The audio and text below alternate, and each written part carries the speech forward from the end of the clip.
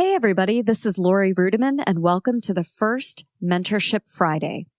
I'm a human resources expert, a public speaker, a writer, and an entrepreneur, and I mentor quite a few men and women who have questions about the way the world of work works.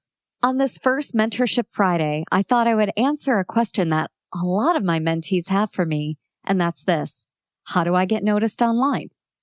Some people are online to draw attention to philanthropic issues. They believe in something, they support a cause, and they want you to pay attention to them. And others are online because they have big ideas and hopes and dreams, and they want to influence a conversation one way or the other. And then there's a third group of people I mentor who are online because they want to be famous. I don't judge any of it. At any given point, I could be in one of those three categories myself.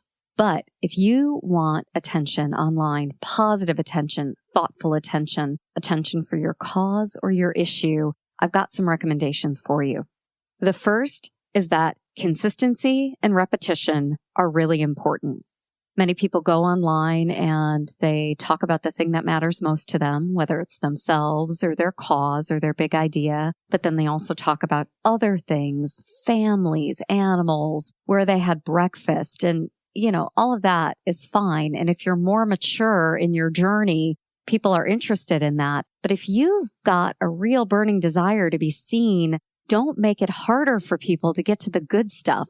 Hyper focus on what matters to you. That means being a maniac, being obsessed about the thing you want to communicate. Really early on when I was a new HR blogger, I had myriad interests, like a lot of things were on my mind. But I hyper-focused on the world of work, man. Everything was about work and human resources. Like, I did not deviate. And when I could take any issue and make it into an HR or a work issue, I did it. Consistency and repetition will help people figure out who you are and what you're all about. And once you get to the point where you have fans who know you and know what you're passionate about, then you can talk about what you had for breakfast.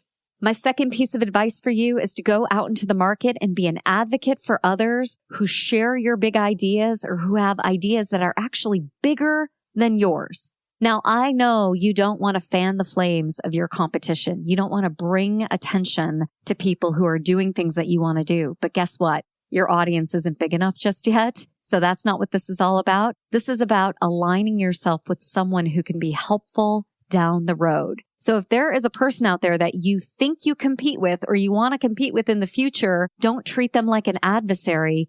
Go become their best friend. All right. My final tip for getting some attention on your big ideas, your cause, or even just you is to go out there and pick a fight. That's right. I first told you to go find some competitors and turn them into friends. And now I'm telling you to pick a fight.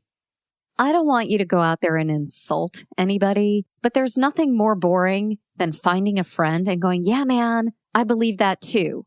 Like, so what? Who cares?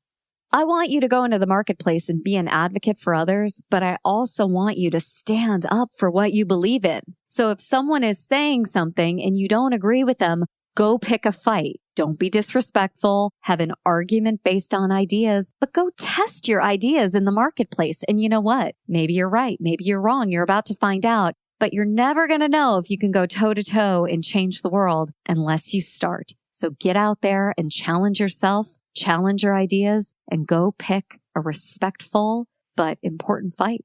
On a daily basis, people come at me and tell me how much they don't like me, they think I'm stupid, or they don't like my ideas. And I'm like, oh, I know exactly what you're doing. You're trying to get some attention, and I love it. I love it. I never hate on it. I mean, I wish more people challenge me on ideas and not just on my character or my personality, but whatever, I'll take it.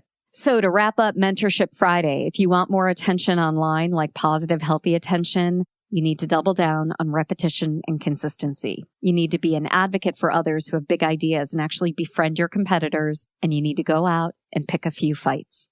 That's all for Mentorship Friday. I hope you enjoyed it. We'll see you next time on Let's Fix Work.